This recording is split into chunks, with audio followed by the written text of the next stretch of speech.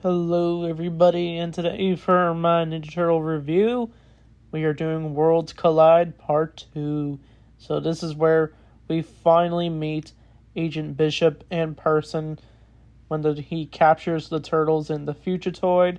So this episode was definitely a good one for sure. As we know, the Triceratons are busy trying to hunt the Fugitoid, but after convincing them to leave the planet, they think the Fugitoid's gone.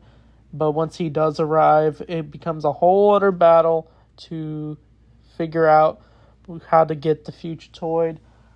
But the turtles do not want him getting himself turned in until they are ambushed by a group of people that are revealed to be agents of the Earth Protection Force, led by Agent Bishop, which goes after aliens specifically, and Agent Bishop already knows who the turtles are.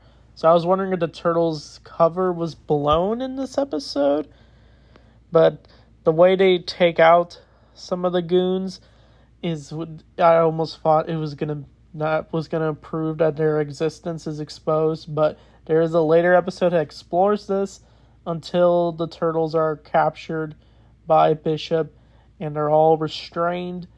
But during all this, Splinter manages to team up with April and Casey, giving them stealth suits, which I thought were really cool. They're both wearing blue, as Splinter is able to sneak their way to the base of where the turtles could be. They're wondering where this all could be taking place until they are ambushed and they fall underwater.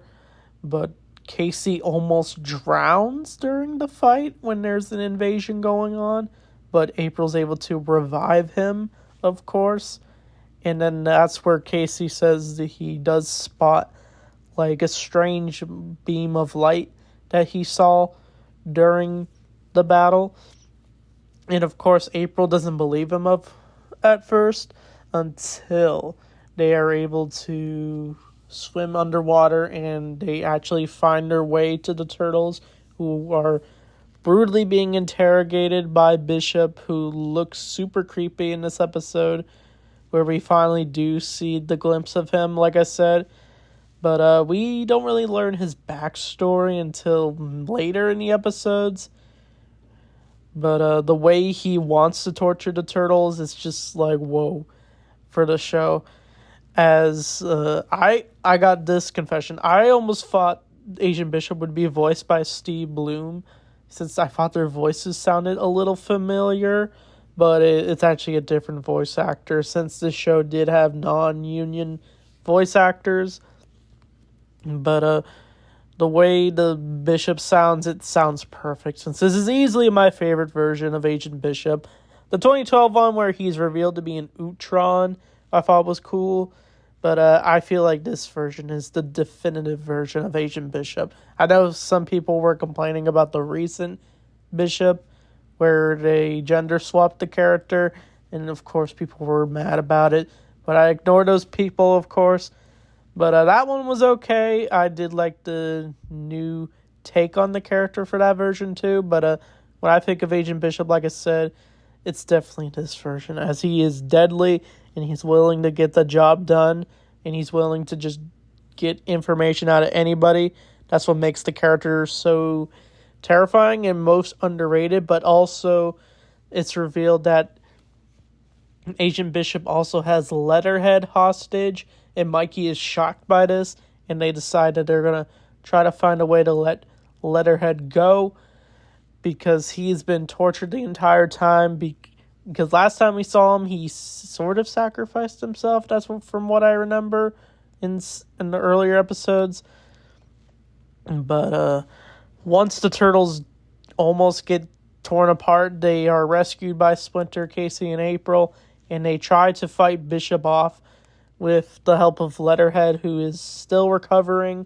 But Mikey ends up getting held hostage by Bishop, which it leads to the to be continued.